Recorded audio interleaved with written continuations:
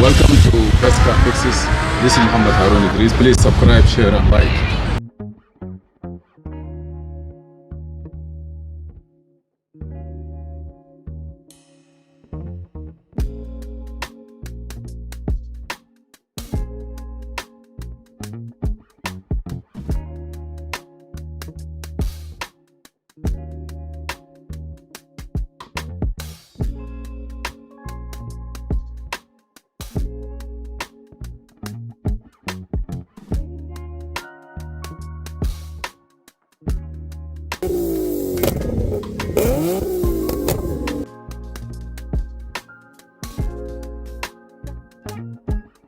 This is Ford Vehicle Communication Module Ford 2, Vehicle Communication Module 2.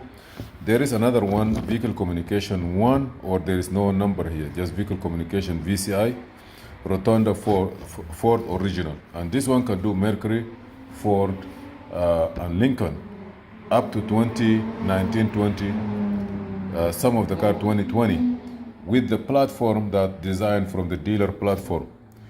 Okay, there is one before that. It can do some work, but it will not reach 2020. There's another one, they call it VCMM.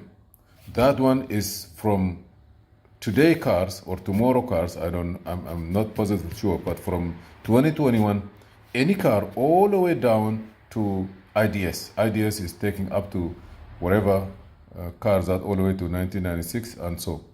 So this one here is a dealer tool. You can do reprogramming, reflashing, diagnostic, troubleshooting, and you have to have a subscription. The subscription of this tools is about $800, between $700 to $900.